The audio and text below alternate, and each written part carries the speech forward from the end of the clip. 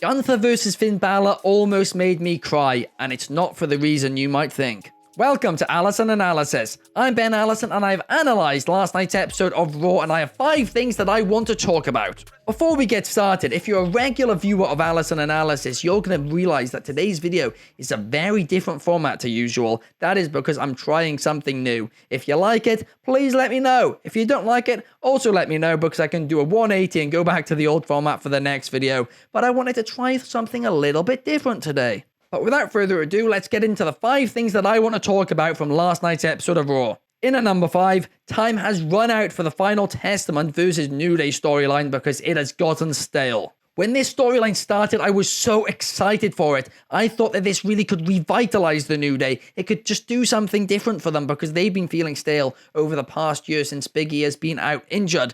But let's be real, it's done anything but. It's done nothing for the final Testament, it's done nothing for the New Day, and it's just dragged on way too long. When it first started, I really thought we were going to see some proper tensions between Woods and Kofi. We just haven't really seen that. They've stayed on the same page, and this storyline just hasn't really moved forward. It's just been at the exact same place as it was when it started. It's really gutting because this storyline had so much potential, but let's be real about it, it fell flat on its face and it's failed. If Kofi Kingston really is out injured like they're saying, I do worry they're just going to keep this feud going for weeks, and I've had enough of it. Both groups need to move forward, they need to move on, and I hope they do from next week on Raw.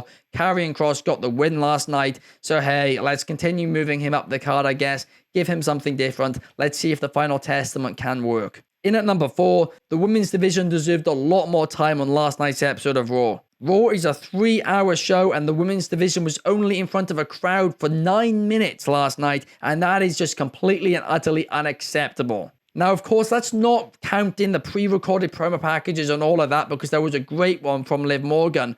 But in terms of actually being out in the ring, 9 minutes, it just simply isn't good enough. And I call AEW out for it all the time, but I'm anything but a hypocrite. I will have to call out WWE for the exact same thing last night, because you need to give the women's division more time. They deserve more time.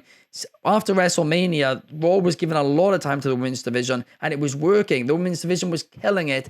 But last night, one match, one segment in front of a crowd, it doesn't do it for me, and it's just not good enough when you have a division that stacked. Really annoying and a rare Triple H L. There's no doubt that AEW is getting a lot better when it comes to booking their women's division, but still NXT remains probably the only brand in professional wrestling which has given women an equal chance to the men. Talking point number 3, the Wyatt Six look just as sick without their masks on. When the Wyatt Six first debuted, I was a little bit worried that they'd look a little bit naff once they actually took their masks off. But last night we saw Dexter Lumis, Joe Gacy, and of course Eric Rowan take their masks off, and they look like badasses. I feel like there is a small section of the internet wrestling community who really wants the Wyatt Six to just fail for some reason. But by the week, I'm getting more and more hopeful that this is going to work, and I cannot wait for their in-ring debuts next week. That's going to be a really, really important match for them. They've kind of hinted that they're going to stay away from the supernatural stuff that Bray Wyatt did in matches, and I'm going to be honest with you, I think that's 100% the right decision. You can use all the effects and smoke and mirrors in the lead up to the match to build the feud, to get in their, opponents' heads. But once the match actually starts, let's just have it as a normal match. They're in their opponent's heads. They look freaky. I think that's all it needs to be, and I hope that's what they're going to do. In at number 2, I am now even more upset that we did not get Gunther versus Finn Balor at NXT TakeOver Dublin in 2020. Because their match last night on Raw was really good. It was really fun. I really enjoyed it. But it just made me think, what if this happened 4 years ago when both guys were a bit younger? Finn Balor was a bit younger. But not only that, it happened at the main event of an NXT UK takeover in Dublin. WWE's first Irish pay-per-view. It would have been amazing. I don't even think it'd be going too far to presume that it would be a 5-star classic. And watching this, yes, I really enjoyed it last night, but I just couldn't help feeling throughout it, I wish that match could have happened.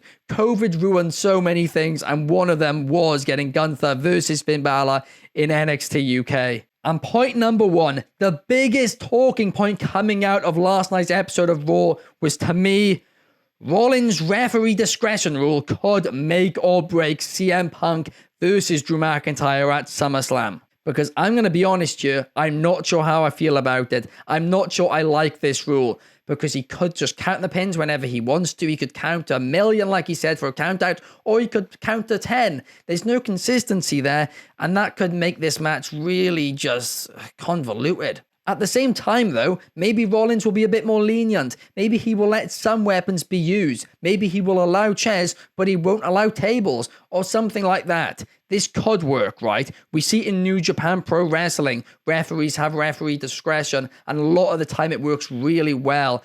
But this storyline, I feel like it might just overbook it a little bit with Rollins having this much power. If done right, this could enhance the match. It could build up to Rollins versus CM Punk, Rollins versus Drew McIntyre, maybe a triple threat match in the future. But if done wrong, it could ruin this match. So ultimately, there's a lot of pressure on it. I hope it works, but I've got mixed feelings about it. And if this was happening under the Vince McMahon regime, I would very much be worrying at this point because we know he used to love to overbook things. But under Triple H, I'm hopeful, but I am being cautiously optimistic because this stipulation, it is a little bit of a risky one. But those are my 5 points, my 5 talking points from last night's episode of Monday Night Raw. What did you think? Let me know your thoughts on the show down below. I hope you enjoyed this new format for Allison Analysis. Let me know your thoughts down in the comments below on that as well. Please like, comment, and subscribe. Keep it here at Wrestling Republic and check out WrestlingRepublic.com